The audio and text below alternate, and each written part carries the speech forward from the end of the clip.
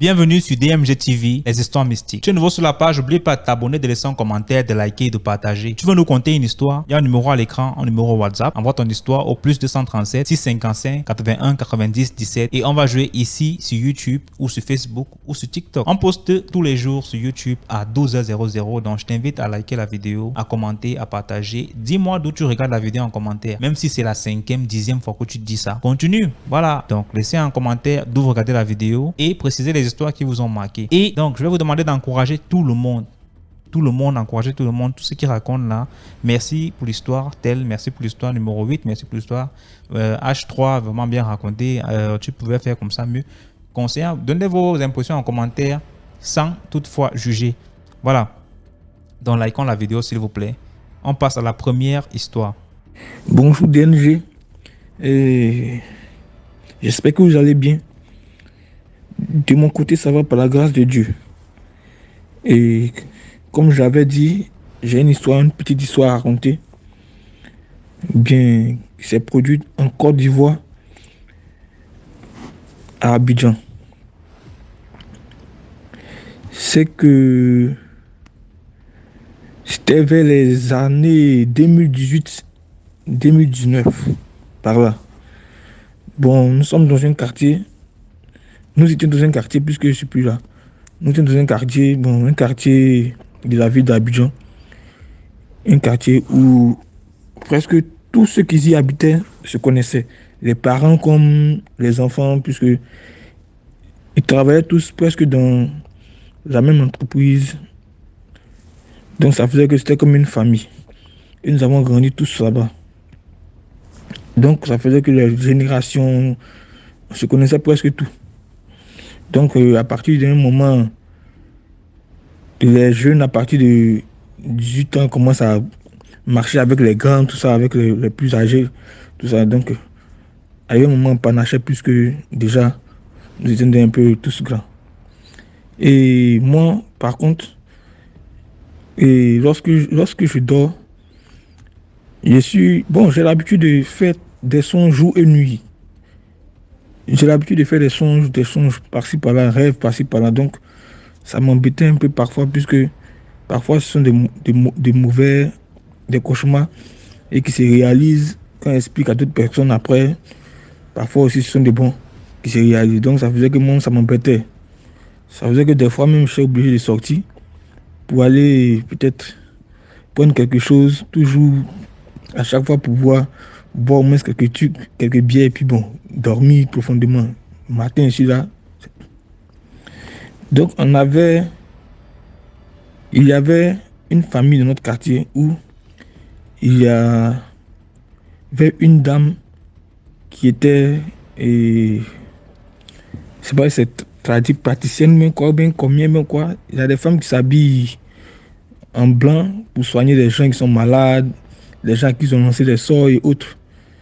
Qui font aussi des trucs pour certaines personnes qui veulent avoir des choses. Donc il y avait une femme qui était dans notre quartier qui le faisait, mais qui avait des enfants avec qui on se promenait, on jouait. On avait l'habitude de... Et donc, elle avait parmi ses enfants, il y a un qu'elle aimait le plus, à qui elle envoyait pour pouvoir laver les gens qui venaient consulter, pour pouvoir faire des cérémonies, partir au bord de la plage avec... Donc, elle l'aimait beaucoup. En tout cas, c'est lui toujours criait son nom pour l'appeler. Donc, c'est lui qui venait œuvrer avec elle. Et donc, c'était comme ça jusqu'à ce que, en plus, il y a eu un problème de terrain dans le quartier où l'État avait pris des résolutions pour pouvoir, puisqu'on devait casser pour agrandir quoi, la route ou quoi. Donc, ça fait qu'eux, ils étaient un peu touchés. Et donc, ils ont déménagé pour aller un peu dans un autre quartier, un peu loin d'où ils habitaient. Et donc, comme les jeunes étaient déjà au quartier, on a grandi tout ça. Donc, eux, ils ne se sentaient pas dans le quartier là-bas. Ils venaient toujours, soit passer la journée ou bien faire 2 jours, ils restent chez un ami et puis bon. Et d'abord, celui à qui elle aimait envoyer, celui à qui elle aimait envoyer pour pouvoir aller faire les cérémonies et autres, celui qu'elle aimait envoyer était quelqu'un de très simple, qui aimait pas la bagarre, qui aimait beaucoup rigoler, qui aimait bon. Maintenant, nous, dans la jeunesse, on avait l'habitude de jouer aux jeux hasard, aux jeux en argent, 4 entre nous. Chaque jour, c'était notre quotidien, même presque. Bon, on jouait pour se distraire, en tout cas, c'est comme ça qu'on passait presque toutes nos journées. À part ça, peut-être des petites activités, mais c'est ainsi qu'on passait les journées. Mais lorsqu'on jouait parfois, le jeune en question, il peut être en train de soit gagner ou bien quoi, il y a l'argent devant lui. Et tout d'un coup, il commence à parler tout seul, il raconte des choses, il raconte des trucs, comme si c'était un esprit qui le fatiguait. Même s'il a l'argent dans sa main, il peut lui laisser tout tomber. Et pendant ce temps, les autres prennent, bon, en plan même, en ramasse, en main dans la poche, chacun, avant que ces esprits vont revenir en lui là, il est déjà parti. Donc, ça se passait toujours comme ça. Donc, nous, on le connaissait comme ça déjà. Donc, bon, d'autres prenaient pour l'amusement, prenaient pour rire, pour rigoler, pour pouvoir se moquer un peu. Bon, c'était ça. Un jour, il était là, dans la journée, il a passé la journée au quartier. Et bon, il a décidé de venir dormir avec moi, passer la nuit, et puis le lendemain, soit il va rentrer chez lui, puisque nous ne sommes plus dans le même quartier maintenant.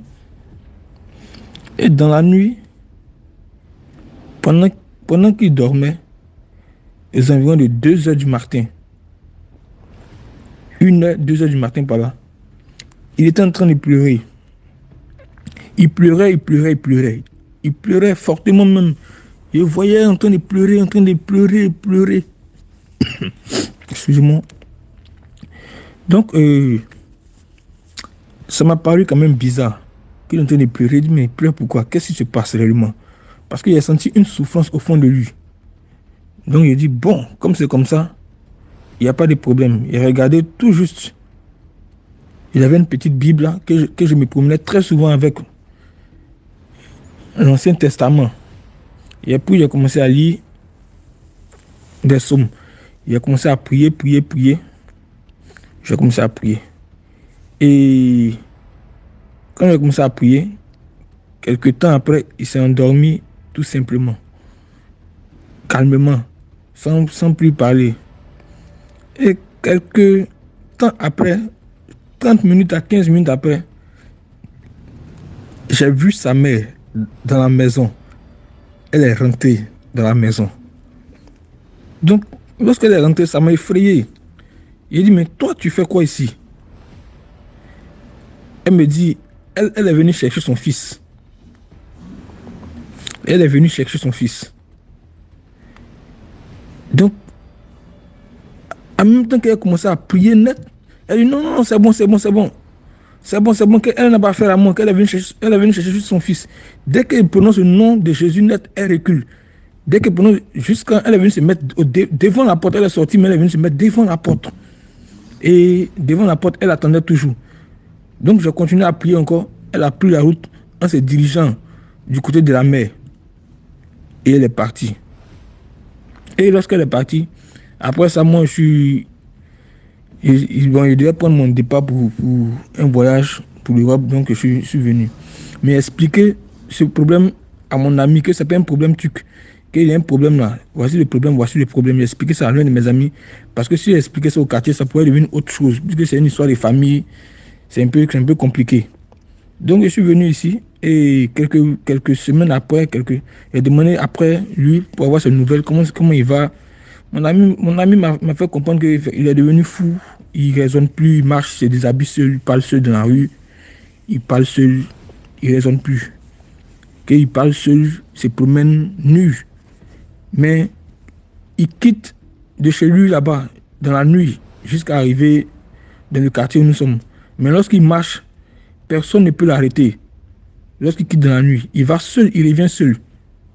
Mais personne ne peut se mettre devant lui. Personne ne peut se mettre jusqu'à... Même quels que soient ceux qui sont là. Personne. Qu'il y a une force qui détient, qui quitte pour venir. Donc c'était un peu ça l'histoire. Et donc il a dit à mes amis que ce n'est pas un problème de truc, mais c'est un problème spirituel. Donc C'est juste à l'église qu'on peut faire ça pour lui. Sinon, c'est pas ça. On peut rien faire pour lui. Qu'on peut rien faire pour lui. Que c'est juste à l'église qu'il pourra être délivré. Et ça ne sera pas facile. Qu'en tout cas, c'est sa propre mère qui le fatigue. Tant qu'il n'a pas pris sa place, il ne sera jamais libre. Donc, c'était un peu ça mon histoire. Merci beaucoup. Ce que j'ai à donner comme conseil, c'est que nous puissions faire beaucoup attention. Pas forcément obligé de suivre ce que les parents font, si ce n'est pas bien. Donc, ce sont les parents parfois même qui sont la base de nos problèmes. C'était juste ça. Merci beaucoup. Merci beaucoup pour l'histoire. Donc, on passe à la deuxième histoire. Deuxième histoire. Bonjour DMJ, bonjour la communauté DMJ TV. L'histoire que je vais vous raconter aujourd'hui s'est passée au Cameroun. C'est l'histoire de ma tante. Elle est même décédée il y a de cela 3 ans. En fait, ma tante, c'était une femme qui aimait tellement l'argent. C'était une femme matérialiste. Elle aimait les hommes riches, seulement les hommes riches. Dès qu'un homme pauvre se présente devant elle, elle ne le regarde même pas. Et à chaque fois, on lui reprochait ça, mais elle nous répondait toujours que est-ce qu'on mange l'amour, est-ce qu'on mange l'amour. Elle préfère l'argent. Un jour, on avait organisé une cérémonie à Douala et puis on a voyagé en famille, nous sommes allés. Le mariage s'est bien passé et puis elle a rencontré un monsieur là-bas à Douala. Mais le monsieur était tellement riche. Il avait beaucoup d'argent, mais on ignorait son métier. Et elle aussi, elle avait trouvé ce qu'elle voulait, elle ne pouvait même pas refuser. Puis elle a fait connaissance avec le monsieur, se sont échangés. Ils ont passé un peu de temps ensemble. Et puis elle est revenue ici sur Yaoundé. Elle est venue me trouver. Et puis elle a expliqué à ma mère qu'elle a rencontré un monsieur à Douala. Le monsieur a les moyens et puis le monsieur compte l'épouser. Elle va se marier avec le monsieur. Ma mère lui demande donc le monsieur là, est-ce que tu as rencontré sa famille un jour? Elle dit non. Et est-ce que tu connais ce qu'il fait dans la vie? Elle dit non. Ma mère lui dit mais il te dit qu'il veut t'épouser directement, tu es d'accord? Cherche d'abord à connaître son métier et sa famille quand même. Tu ne sais même pas d'où il sort et puis tu dis que tu veux l'épouser directement. Elle dit à ma mère que elle, c'est son problème. Est-ce qu'elle aime même le monsieur là? Elle ne l'aime pas. Elle, c'est l'argent qu'elle veut. Même s'il décide de venir l'épouser seule sans sa famille, elle s'en fout. Et même son travail, elle n'a rien à faire avec. Elle, c'est juste l'argent qu'elle veut. Ma mère dit ok. Comme c'est la grande soeur, ma mère ne pouvait même pas trop parler. Mais la laisse alors voyager, partir au village avec le monsieur. Même la famille était contre ce mariage parce que le monsieur était venu seul demander sa main. Il n'était même pas venu avec un parent. Personne n'était d'accord, mais elle s'entêtait parce qu'elle avait l'argent. On lui parlait, elle ne comprenait pas parce que elle, tout pour elle, c'était seulement l'argent qu'elle voyait et rien d'autre. Le mariage s'est donc bien passé. Elle est allée vivre avec le monsieur à Douala. Après 1 mois de mariage, elle vient trouver ma mère ici. Et elle avait même changé quand elle était devenue maigre, noire. Elle avait même vieilli, elle était devenue moche. Tu sens que là où elle était là, ça n'allait même pas. Elle souffrait tellement. Puis qu'elle est arrivée, ma mère lui demande que mais c'est quoi? 1 mois de mariage seulement, tu changes complètement comme ça. Alors que tu dis que tu es mariée à un homme riche. Qu'est-ce qui ne va pas? Ou tu es tombée malade depuis que tu es allée? Ou bien ton mari l'a si tu te fais souffrir, tu nous dis. Elle ne parle pas. Après 3 jours, ma mère lui pose encore la même question. C'est là où elle explique à ma mère que depuis qu'elle est mariée, chaque soir, quand le monsieur veut lui faire l'amour, il se transforme en monstre. Donc, il se transforme en monstre qu'elle n'a même jamais vu dans sa vie, qu'elle ne sait même pas comment expliquer le monstre là. Un monstre tellement moche et qui fait peur. Pour lui faire l'amour, le monsieur se transformait comme ça tous les soirs. Et quand elle voulait se plaindre, elle lui dit que si tu parles, tu meurs. Elle disait ça. Puis elle avait supporté pendant 1 mois et puis ça l'avait dépassé. Puis elle était même tombée malade quand elle est arrivée, elle a raconté à ma mère et puis elle est tombée malade. On l'a amenée à l'hôpital. Puis on avait détecté certaines infections sur elle, le sida et autres. Puis ma mère lui dit que mais avant de te marier, tu n'as même pas fait le test de dépistage avec ton mari. Elle dit non. Et puis ma mère dit ok. Maintenant tu vas faire comment? Elle dit qu'elle va quitter le mariage parce qu'elle ne peut pas. que depuis qu'elle est arrivée, même elle ne connaît même pas le travail du monsieur. Il ne part jamais au travail. Il a toujours l'argent. Et chaque soir, il se transforme en monstre pour lui faire l'amour. Elle ne peut pas. Et apparemment, le monsieur l'a même dit que si elle décide de parler seulement de ça à quelqu'un un jour, elle va mourir. Comme elle était venue, elle a parlé. Elle est rentrée au village. Comme ça n'allait pas, on l'a amenée à l'hôpital, ça n'allait pas, elle est rentrée au village pour faire les traitements traditionnels. Ça n'allait toujours pas et puis elle est morte. DMJ. Elle est morte comme ça. Et on n'a plus jamais revu son mari. On est allé chercher son mari à Douala, même la maison dans laquelle elle habitait. On n'avait même plus trouvé le monsieur jusqu'aujourd'hui. On ne sait même pas si c'était un humain, si c'était une bête qui s'est transformée en humain. On ne sait pas. En tout cas, ma tante est morte comme ça. Merci beaucoup pour l'histoire. Donc c'est un peu ça. Écoutons l'histoire et merci de partager, de liker, de commenter. Bonsoir, bonjour la famille DMG. Likons, partageons, voilà, commentons, soutenons le mouvement et donnons la force. Ma sœur à l'intérieur m'invite. Étant là-bas, je connaissais personne, donc je n'avais pas d'amis. Et je me fais un ami qui est plutôt mature, responsable, bien charmant. On échange les contacts. Et moi, je reviens après, voilà, je monte sur Abidjan. Quand je reviens sur Abidjan, quelques mois plus tard, lui, il vient sur Abidjan, mais avec des amis. Il est dans plusieurs petits business. C'est quelqu'un qui est un brave battant. Et voilà, il m'impressionne par son courage, par sa manière d'envisager la vie. Il se disait que seul le travail paye, il faut se battre.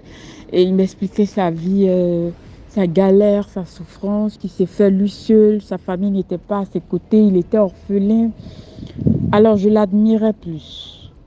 Voilà, et on gardait tout le temps le contact, il m'appelait. Il était gentil. Il ne me donnait pas de sommes faramineuses ou bien exorbitantes, non, juste des petites sommes. Et je voyais que c'était un homme simple. Il avait plein d'amis. Ben, un jour, on monte dans sa voiture. Quand on part, moi, je jette un coup d'œil derrière. Je vois plein de documents. Je lui dis, tu aimes la lecture? Il me dit, oui, il aime la lecture. Je dis, ah bon? On ne dirait pas parce que moi, je suis une fanatique, quoi. J'adore la lecture et tout ça.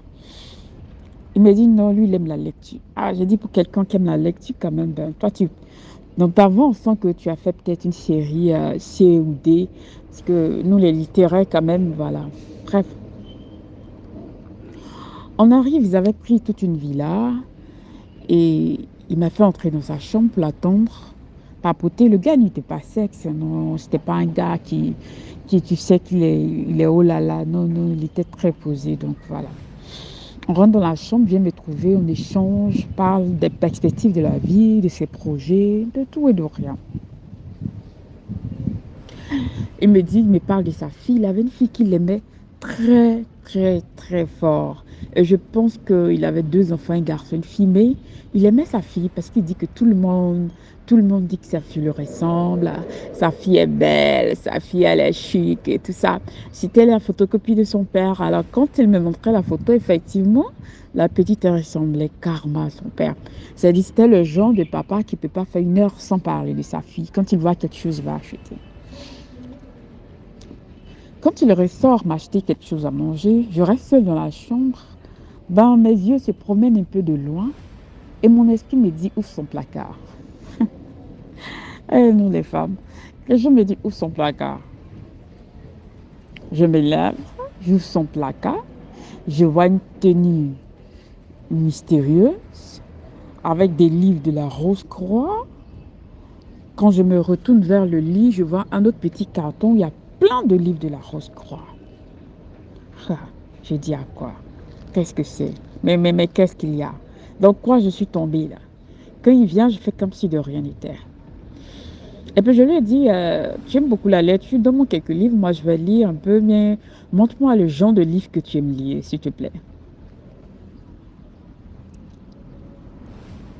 Et il me fait sortir, me montre quelques livres, tout ça là sur sa table.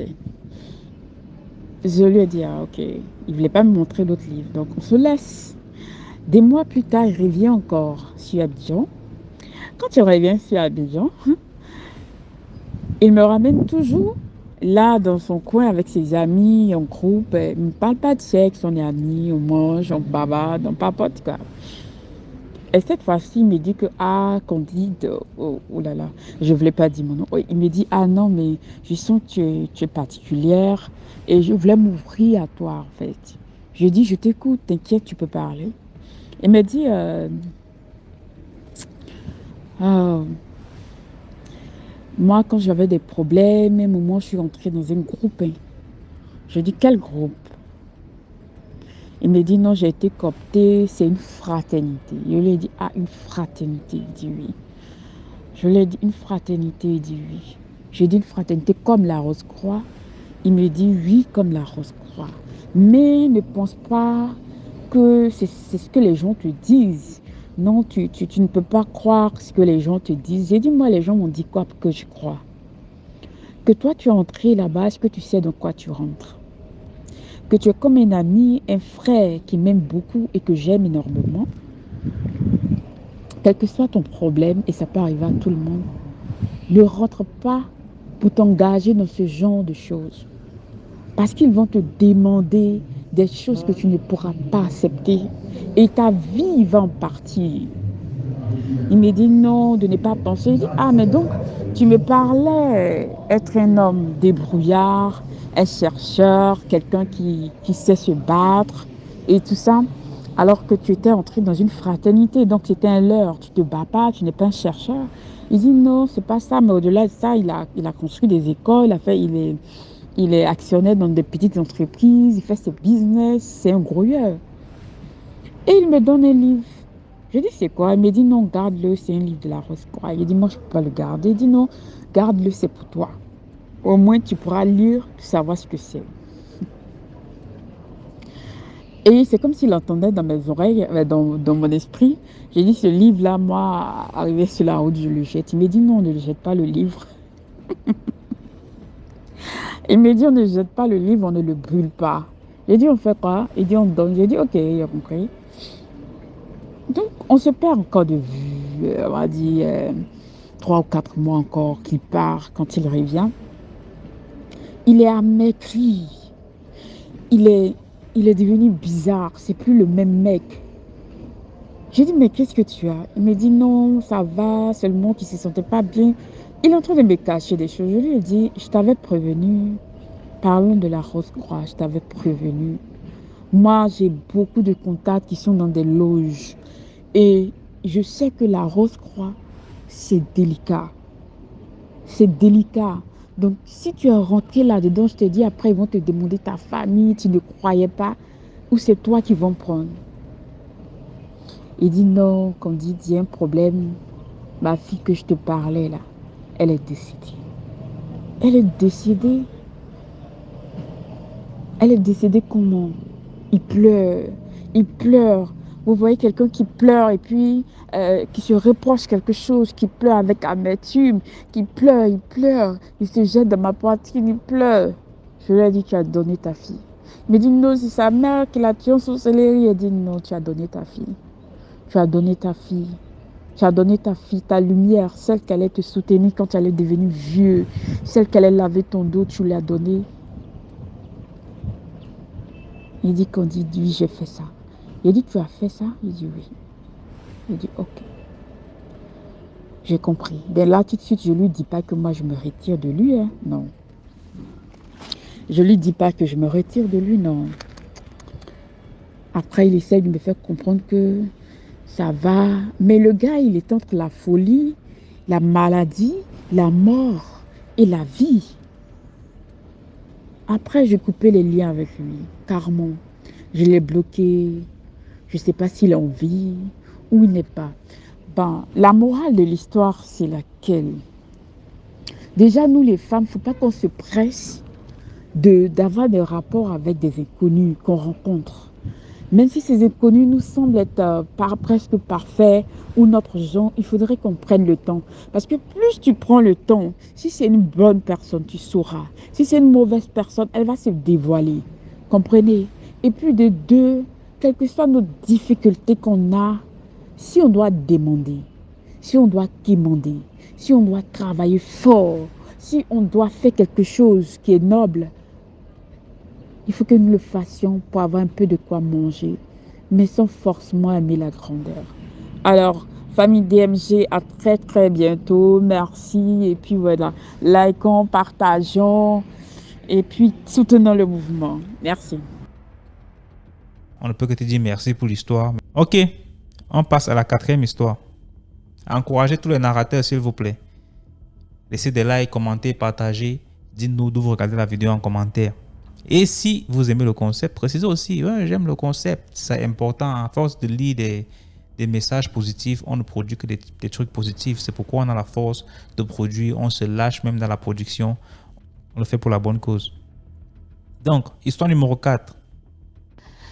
Merci. Je vous raconte l'histoire. J'ai déjà envoyé 2, mais je n'ai jamais suivi, mais je vais toujours parce que j'adore vraiment votre programme. MJ TV. Quand j'arrive en Grande-Bretagne, alors, c'est un Anglais qui m'amène. Je suis vraiment dans la famille britannique, dans un petit village. Comme ils aiment aller dans les pubs comme on appelle au Cameroun. Mais c'est différent parce que ici, le pub, c'est comme une deuxième maison, lieu de rencontre. Les gens ne vont pas chez les gens. Les gens ne vont pas chez les gens ici. L'endroit où on rencontre des gens, la famille, les amis, c'est dans les pubs. Et comme ils ont leur culture de Sunday dinner, ils ont leur mets de dimanche. Le Sunday dinner, donc c'est la braise, le porc, le turkey, la dinde, le porc, le bœuf. Donc c'est le bœuf, le porc et le turkey. Puis les vegetables et la salade, tout ça, le truc. C'est un mets très très complet pour Sunday dinner, spécial Sunday dinner. Mange le dimanche. Et il y a des restaurants spécialisés en ça, on appelle ça carvery. Le carvery. Alors dans un village vraiment britannique où il y a les pubs de plus de 1000 ans, tu vois un endroit qui a plus de 1000 ans. Les choses sont anciennes, j'adore les anciens trucs.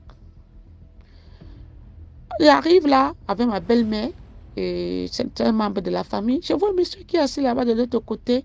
Il ne mange pas, il n'a pas de bière. Il est assis seul dans un certain âge là. Il ne regarde personne, il est là. Moi, je me dis que bon, peut-être que c'est lui qui a le pop, ou peut-être c'est un local, c'est quelqu'un local, comme on les appelle souvent. Il est là, il vient passer son temps. Il a tout ça là. On mange, on bavarde, on rentre. Une autre fois, on va encore, il n'est pas là. Après, bon, c'est pas sa maison, il vient se balader. Une autre fois, on va, il est là. Toujours même position. Il ne parle pas, il n'a pas de bière, il est là. Et comme dans la culture britannique, si quand on est ici, on ne pose pas les questions, il ne faut pas poser des questions, il ne faut pas se plaindre. Moi, je reste là. Il faut éviter de parler, il faut réfléchir, tourner avant, vraiment avant. Mais quand tu es déjà marié avec ton Dieu, quand vous êtes à Dieu là, vous connaissez nous les Africains, nous on bavarde. Après un jour, alors, je me pose la question, comment quelqu'un peut assis dans un pop avec la casquette, puis la tenue des pilotes là. Quand même, quand tu entres, tu enlèves la casquette, tu poses à côté et tout. Je demande à mon mari que le pilote là, il vient toujours, il se fait voir au coin, il est toujours assis là avec la casquette, tout ça. Il me dit que non, c'est un fantôme. C'est le monsieur là qui avait le pub là. Il y a plus de 700 ans. C'est un pub qui vient de génération en génération. C'est ce qu'il m'avait dit. Et il était mort dans un crash d'avion. De temps en temps, il apparaît. Je vous jure. Moi, j'ai déjà peur d'aller là-bas. Depuis là-bas, je ne pars plus là-bas. Après, il me dit que même quand je vais souvent à la cathédrale, là, tu vois, vous voyez un peu des charrues là, avec le cheval, les trucs dans les films là. Tu vois ça en train de passer. Moi, je pense que c'est réel. Il y a certains qui sont réels, mais parfois ce sont des fantômes, des gens qui sont morts depuis haut. Comme ils appellent Ghost Town, la ville des fantômes. Donc, parfois, eux, ils croient à ces choses-là. Parfois, tu peux voir un truc comme ça. Ça, c'est ma petite histoire là que voulais vous raconter, qu'il y a d'autres. J'ai déjà vu vraiment des choses, un monde mystérieux. Comme vous avez les... C'est vraiment mystique. Merci beaucoup pour l'histoire. On va rapidement passer à la 5e histoire. Dites-moi ce que vous pensez en commentaire. Apportez vos suggestions et merci à tous ceux qui like, tous ceux qui commentent, tous ceux qui partagent. Et oui, merci beaucoup.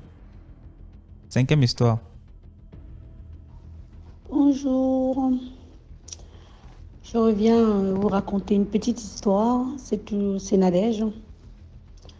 Alors, comme je disais, étant petite, au Cameroun, déjà, c'est pour dire aux mamans d'être tout près de leurs enfants, même si tu n'as pas de quoi nourrir tes enfants, juste le petit peu que tu as pour partager, pour manger.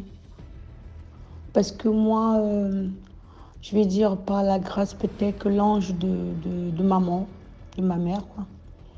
Parce que moi, j'ai pas connu ma mère, pour dire. Donc j'ai été, élevée par les grandes sœurs de maman.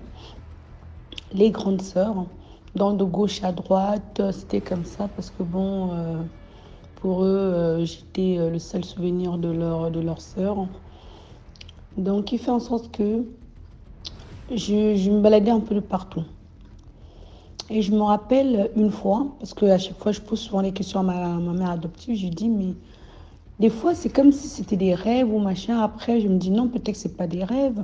Et je pose des questions à ma mère adoptive. Elle me dit oui, effectivement.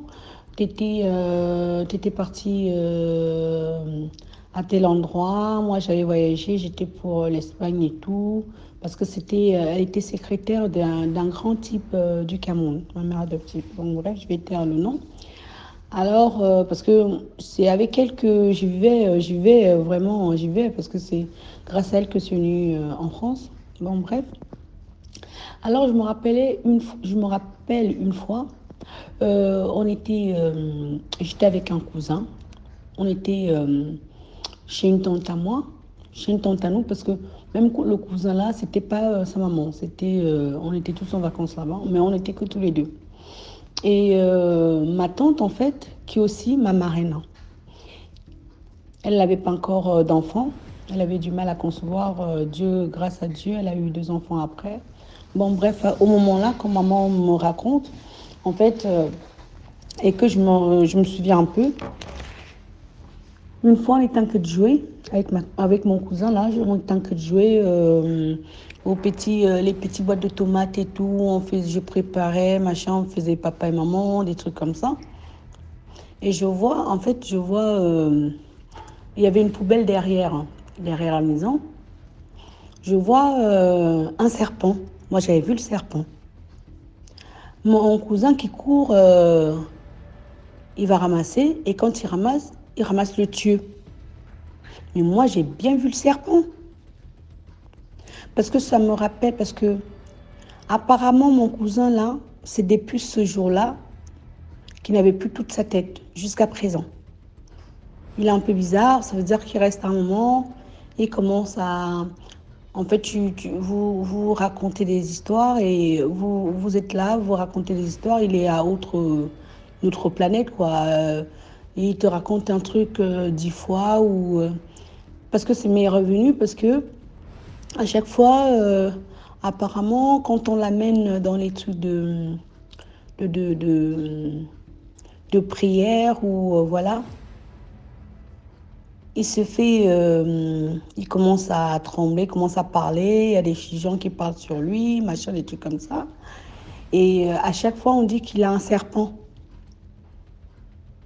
Il a un serpent. Et quand j'entendais souvent ça, et c'est mes revenus, je me suis dit, mais est-ce que une fois j'étais avec Papy, parce que son surnom c'est Papy, est-ce que Papy et moi, on a passé les vacances chez Tata Justine, une fois, machin. Et ma mère adoptive me dit oui. Et c'est là que je me rappelle et que je raconte l'histoire à ma mère adoptive. Je dis, mais Une fois, en fait, je jouais avec et moi, j'ai vu un serpent et papy, il allait ramasser le serpent. Et quand il a ramassé le serpent, c'était le thieu. C'était un thieu vert, quoi, un thieu vert. Et moi, j'avais vu le serpent. Moi, j'ai vu le serpent. Et je me rappelle même parce que ma marraine, maintenant elle est ici aussi, elle est en France, elle me dit justement parce que je suis allée me plaindre. Je suis allée me plaindre en disant que papy a ramassé le serpent et quand eux ils ont vu le tuer. Ils disent que ma marraine dit que c'est même à partir de ce moment-là que papy était devenu bizarre. Il ne jouait plus, il était dans son coin, il devenait bizarre, parce que sa mère, elle était partie, ma tante, elle était partie au Gabon, l'avait laissé avec ma marraine, quoi. Donc, lui, il vivait constamment là-bas. Il vivait constamment là-bas, mais il était chez un oncle, voilà, qui était affecté en BAM. Donc finalement, comme c'était les vacances en même temps, il devait rester là jusqu'à la rentrée, quoi. Donc ma marraine dit que depuis ce temps-là, et c'est moi qui relate l'histoire. Et c'est là que tout le monde commence un peu à comprendre que c'était ce jour-là que cette chose a été on ne sait pas comment ça s'est passé, qu'est-ce qui s'est passé exactement. Mais moi, je revois la scène, quoi, étant petite. Donc, pour dire aux parents que vraiment, laisser les enfants de gauche à droite à n'importe qui. Ma marraine, franchement, c'est quelqu'un qui a un cœur. Elle aussi, elle était naïve. Elle savait pas. C'est ça, en fait. Elle savait pas comment faire. Déjà, elle n'avait pas d'enfant. Non, elle savait pas. Parce que je me dis aussi que ça dépend aussi. Les gens qui n'ont pas d'enfants ne savent pas la valeur des enfants, je pense. Hein, je pense bien. Je pense bien. Parce que laisser tes enfants n'importe comment, n'importe où, parce que je vais vous revenir en moi-même plus tard. Hein. Parce que il y a un moment où j'avais raconté à ma mère adoptive qu'on avait vécu dans une maison, machin. J'ai décrit la maison et je me suis fait, je dirais, à la prochaine histoire, quoi. La prochaine histoire, ça veut dire que il y a la sorcellerie existe. Hein. Les mamans, protégez vraiment vos enfants, franchement. Parce que on est à l'abri de rien du tout. Et c'est ça. Les enfants, heureusement qu'il n'y a que Dieu, quoi.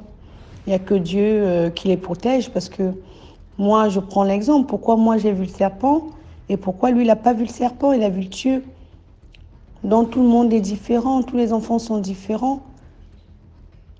C'est ça. DMG, merci beaucoup. Toujours, tu fais vraiment du bon travail. Et je te remercie toujours. Likez, partagez. Et à très bientôt. Merci. Donc, merci beaucoup pour l'histoire. Donc, on passe à la 6e histoire. Voilà.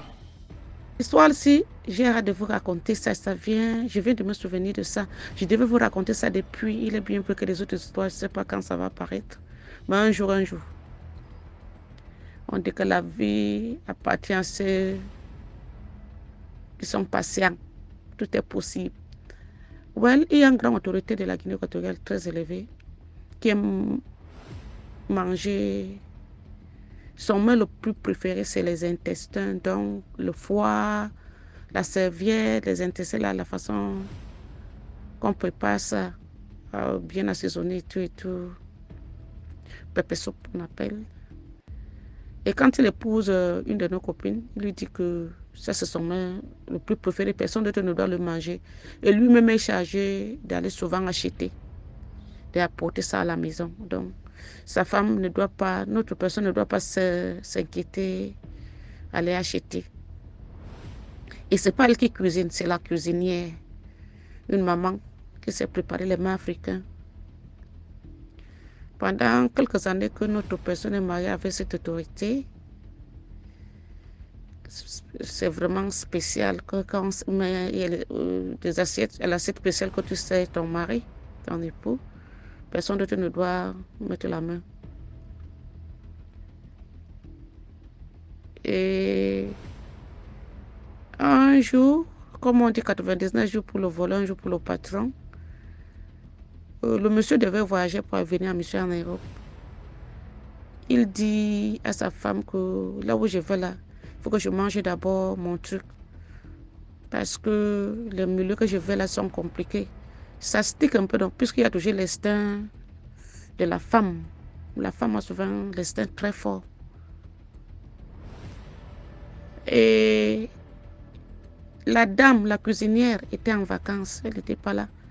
Et il était vraiment soucieux. Il se souciait.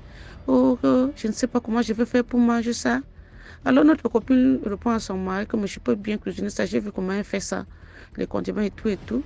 Je peux bien faire la même chose. Et son mari lui dit, tu es sûr que tu peux préparer ça? Et elle dit, bien sûr, je vais préparer. Et dans l'inquiétude que tu es sûr que tu vas préparer ça, l'instinct de la femme dit, mais pourquoi c'est si spécial? Les intestins du bœuf, là, tout ça, on va en acheter ce truc au machin. Qu'est-ce qu'il y a de si spécial? Elle dit dans son mari que quand j'irai le matin, je vais aller acheter et je vais te les faire cuisiner. Et il dit que non, ne t'en fais pas, j'irai les acheter. Toi, tu vas cuisiner si tu pouvais vraiment les cuisiner. Elle a dit, bien sûr, qu'est-ce qu'il y a de si spécial de préparer des intestins et tout du ventre? À partir de cet instant, l'instinct féminin est très très fort en elle et elle décide de suivre son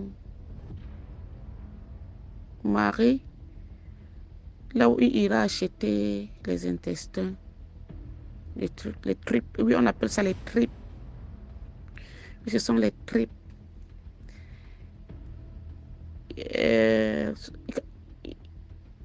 Elle décide de filer son mari. Elle voit son mari rouler, il arrive à l'hôpital. Il va garer derrière à l'hôpital l'hôpital, je ne vais pas donner le nom. Et un médecin sort avec la glacière, vient remettre à son mari.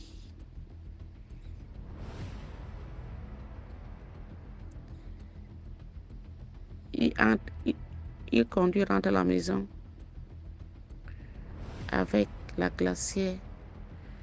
Quand la femme va ouvrir, elle voit, comme d'habitude, tous les tripes, les serviettes, tout ce qui est dans le ventre là, les poumons, tout ça. Elle a compris ce que c'était. Elle a décidé de le quitter. Elle a fui. Elle a pris un visa. Elle est venue nous rejoindre ici en Europe. Elle est là, elle fait sa petite vie tranquille. Le monde est mystique. Le monde est terrible. C'est vraiment mystique. Merci. Merci beaucoup pour l'histoire. On passe à la 7e histoire. Bonsoir DMJ. Déjà, j'aime beaucoup ce que vous faites. Je voudrais déjà vous remercier et vous dire que je vous suis beaucoup sur YouTube. Je me suis abonné à votre page YouTube. Alors voilà mon histoire. Je suis gabonais et je vis précisément au Gabon. Alors j'appartiens à une assemblée de la place, je vais garder le nom. Et dans mes débuts dans le Seigneur, voilà un bon matin, j'ai pris la décision d'aller rejoindre un frère qui dormait à l'église, un permanent au fait. Je voulais passer un peu de temps à l'église. En fait, pour moi, c'était la première fois que je vivais ce genre de choses. J'entendais souvent des histoires sur YouTube, non, une dame est entrée dans une église, elle a fait ceci, elle a craché un serpent, elle a laissé ceci, elle a fait cela. Mais toujours, je me disais, bon, ça n'arrive qu'aux autres. Savoir, c'est à savoir encore si c'est vrai. Et je décide d'aller passer un séjour à l'église. Je crois que c'était un mercredi soir. Pardon. Je suis un peu grippé. On assistait au culte. Et il y a une dame qui est entrée à l'église. Elle a assisté au culte. Je crois que ce soir-là, ce mercredi-là, le culte était terminé à, on va dire quoi, dans les 20h45 ou trop 21h. Et la dame est restée assise dans l'église. Elle ne parlait pas. Alors l'une des sœurs de l'accueil s'est rapprochée de la dame. Elle disait qu'elle ne voulait parler qu'au pasteur. Donc, la sœur de l'accueil a conduit la dame dans le bureau du pasteur.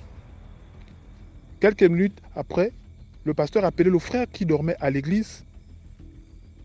Et moi, en même temps, nous sommes entrés dans le bureau.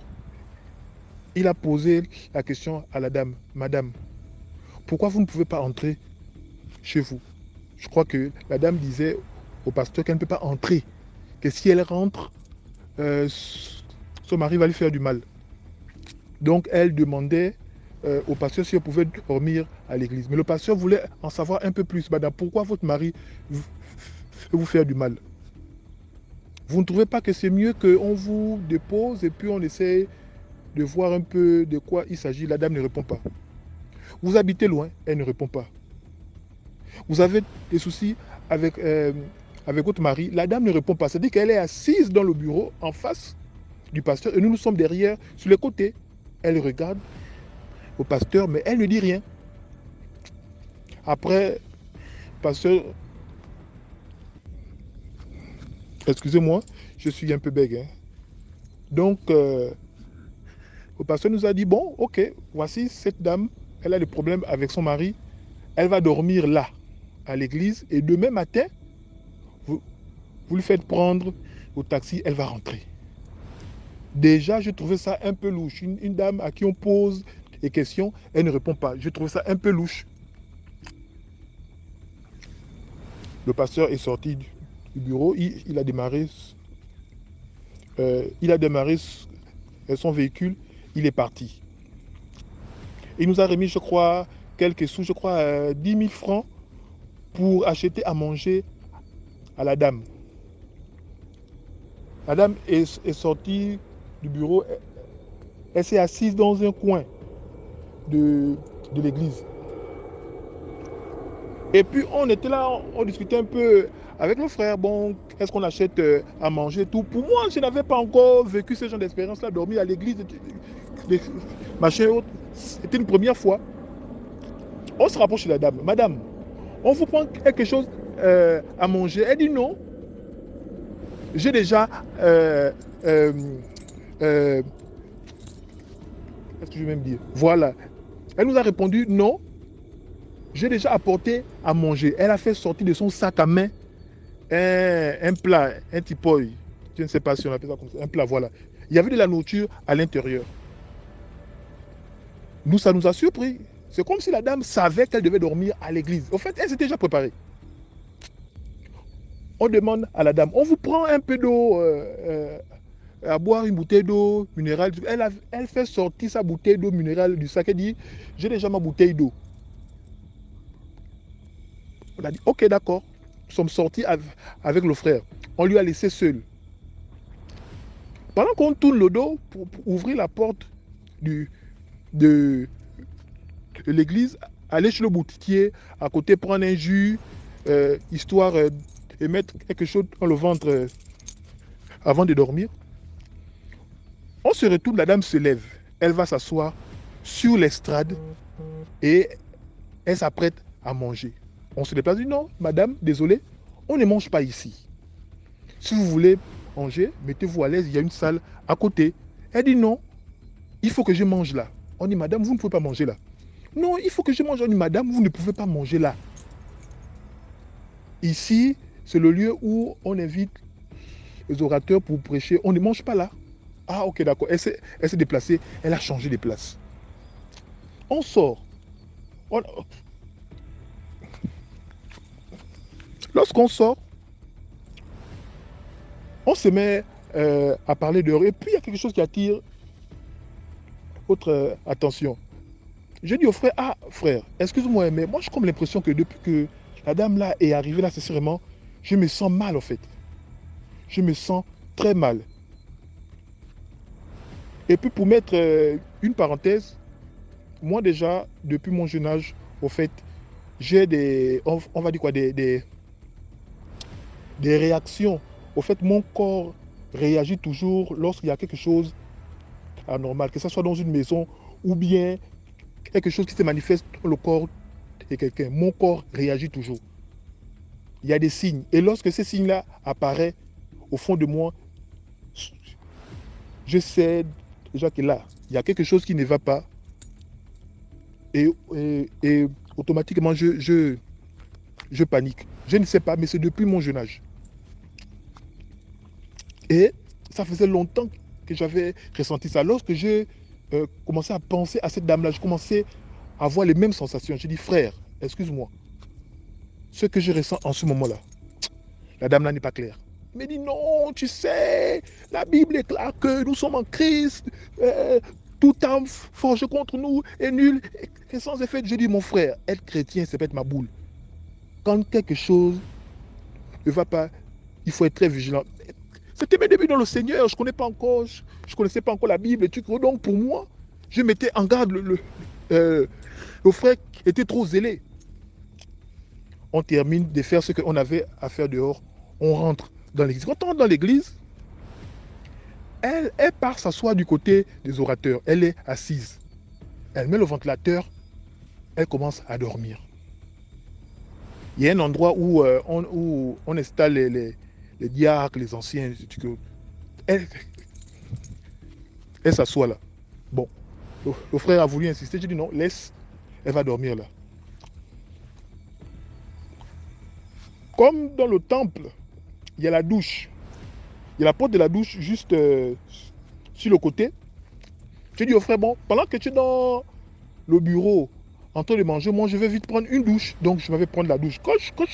Lorsque je passe pour aller sous la douche, la dame, elle me regarde. Elle sourit. J'ai trouvé ça vraiment d'étrange au fait. Elle sourit. Je m'avais sous la douche.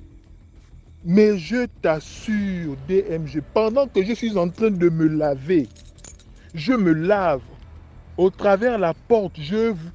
Au fait, je pouvais ressentir que quelqu'un est en train de me regarder. C'était là, la chair de poule, je ne sais pas, la chair de poule ou la chair de coq, je ne sais pas trop. Mais mon corps réagissait. Et mon corps pouvait me dire qu'en face, l'autre côté de la porte, il y a quelqu'un qui te regarde.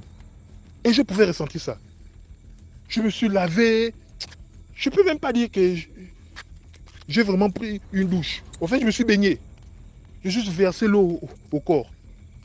Lorsque j'ouvre la porte, la dame en question est assise devant la porte de la douche. Elle est assise sur la chaise. Elle rit. J'ai dit, mais qu'est-ce que vous faites quoi là, madame? Non, non, j'ai changé les places et tout. J'ai dit non. Qu'est-ce que vous faites là? J'appelle le frère. J'ai dit mais non, mais attends frère, on fait quoi de la dame? Il me dit non, le pasteur a dit qu'elle doit aussi. J'ai dit mais non, je me lave, j'ouvre la porte et la douche, elle est devant la porte, assise. Elle faisait quoi? Oh non, il faut laisser, c'est une âme du Seigneur et tout, machin. J'ai dit ok, d'accord. Maintenant, on s'apprêtait à dormir. Il faut dormir. Donc avec le frère, on se mène dans une pièce, on dit bon, madame ici, avant de dormir, on prie ensemble. Est-ce que vous pouvez vous joindre à nous? Oh non, c'est bon, allez-y. Priez. On s'est enfermé dans une pièce, on s'est mis à prier. Prier d'une façon que... Au fait, je n'avais jamais prié de cette façon. Et en même temps qu'on priait, on toussait. On toussait. On avait comme une toux, une toux vraiment... Tu tousses, les larmes coulent. Tu tousses, les larmes coulent. Tu tousses. On toussait, on prie, on tousse, on prie, on tousse. On a terminé. On sort du bureau. On décide de dormir dans le temple. Donc, juste en face de la dame. On a dit non, on ne dort pas dans les chambres des permanents. Il faut dormir où la dame se trouve. Il dit non, mais pourquoi tu t'inquiètes? Il dit non, on va dormir là. On dort. Et puis pendant qu'on est en train de raconter, pendant que le sommeil veut nous prendre, 3 heures du matin, je dis frère, il me dit oui. Lève-toi. Il se réveille. La dame est assise devant la porte du temple de l'église. Elle est devant la porte. C'est-à-dire qu'elle a placé la chaise et elle s'est mise face à la porte. Et elle est assise, elle dort. Elle a changé de place. Je dis frère, ça là c'est pas simple. Et le comble c'est qu'on a laissé la clé on va dire quoi? À la serrure. Donc il fallait maintenant retirer la clé parce qu'on ne savait pas ce qui pouvait se passer. J'ai pris mon courage, je me lève, j'arrive devant la porte. Ce que j'ai trouvé de bizarre et d'incroyable, c'est que je retirais la clé de la serrure avec une légèreté, au fait, je n'ai pas fait de bruit, je retirais la clé doucement, retirer la clé doucement, retirer la clé doucement, retirer. Lorsque la clé on va dire quoi, est quittée de la serrure, la dame a sauté de la chaise comme si on avait... Ah Seigneur, elle a sauté de la chaise. On avait comme l'impression qu'on lui avait mis des pétards sous la chaise et puis elle a paniqué. Elle a sauté. Oh, vous voulez faire quoi? Vous voulez faire quoi? Pourquoi vous voulez pas que je parte? Pourquoi vous voulez pas que je parte? Pourquoi vous voulez pas que je parte? Elle m'attrape les mains. Pourquoi vous voulez pas que je parte? Pourquoi vous voulez pas que je parte? Laissez-moi partir. Laissez-moi partir. Elle attrape la porte du temple. Elle secoue. Laissez-moi partir. Je vais sortir. Je vais sortir. On m'appelle. Je vais sortir. Je gronde la dame. Taisez-vous. Vous avez quel problème? Vous voulez sortir pour aller où? Il est 3 heures du matin. Et je vous dis que la dame était vêtue comme si elle allait à une soirée. Hein. Elle est venue assister au culte, elle était vêtue d'une façon, non? Comme si elle allait assister à une soirée. Oh non, je vais sortir, je vais partir, on m'appelle. Madame, qui vous appelle? Qui vous appelle? Je vais partir, laissez-moi partir. Ouvrez la porte, je dis, madame, je suis désolé, il y a l'insécurité dehors, je refuse de vous laisser sortir à cette heure-ci. Si vous voulez, attendez, on va dire quoi? Au petit matin, je vous laisse partir.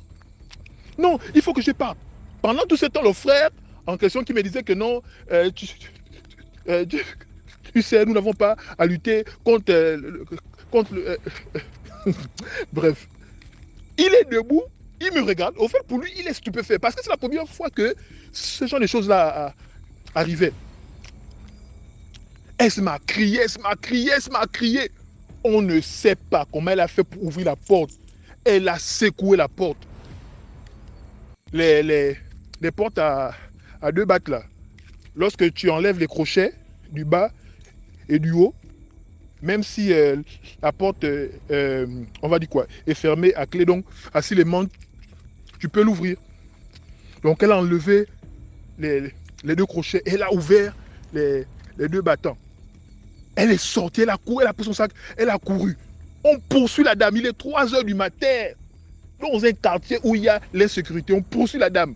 Pendant qu'on poursuit la dame, elle dit, au secours, on veut me tuer. J'ai dit, frère, stop.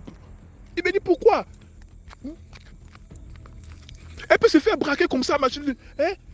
Il faut qu'on la rattrape. J'ai dit, là, nous sommes 2 hommes. On poursuit une dame. Elle crie au secours. Entre toi et moi, c'est qui qu'on va frapper? C'est la dame ou bien c'est nous? Oh oui, c'est vrai, tu as raison, mais on fait comment? Après, la dame s'arrête à une certaine distance. Elle dit, excusez-moi hein, les enfants, j'arrive, hein, je reviens, je ne dure pas. On m'appelle. Je dis, à haute voix, madame, Où vous allez là, allez-y, oh. Ne revenez plus jamais. Partez avec vos choses. Et lorsqu'on est revenu, on a fermé le temple. On se regardait avec le frère. Il me dit, ah frère, si j'étais seul, je ne sais pas. Au fait, il me dit que je ne sais pas comment je devais gérer ce genre de problème-là, quoi. Pour lui, c'était quelque chose de nouveau. Et le lendemain, lorsque le pasteur est venu, on lui a expliqué. Et il nous a répondu, il nous a dit, au fait, lorsque lui-même il est rentré, on va dire quoi, il avait du mal à trouver le sommeil. Au fait, c'était difficile pour lui. Il avait du mal à trouver le sommeil à cause de cette dame-là. Et il pouvait dire que le Seigneur lui a révélé que cette dame-là avait été envoyée, au fait, pour faire quelque chose dans le temple. Elle voulait sortir de son corps pour faire ce qu'on lui a demandé de venir faire. Mais comme on était là, et ce qu'on faisait l'empêchait de faire ces choses. Et raison pour laquelle elle a paniqué en disant que non, il faut que je parte. Au fait, lorsqu'elle disait il faut que je parte, c'est la réunion en question. Au fait, elle voulait sortir de son corps dans le temple pour aller dans la réunion. Mais comme à l'intérieur, elle ne pouvait pas sortir d'elle-même pour aller dans sa réunion mystique, elle était comme bloquée. Donc il fallait qu'elle sorte. Voilà pourquoi elle s'agitait. Parce qu'elle était déjà en retard. Et il nous a expliqué ça, raison pour laquelle elle voulait sortir. Parce que de l'intérieur, elle ne pouvait pas sortir pour aller dans sa réunion mystique. Au fait, c'était à l'intérieur que la réunion devait se faire. Raison pour laquelle on lui a envoyé ici. Mais à cause de Dieu, ses plans ont échoué. Voilà, c'est juste la petite histoire. Et puis pour exhorter mes frères et sœurs d'être toujours en prière, peu importe tes débuts dans le Seigneur, peu importe si tu es pasteur ou chrétien ou bien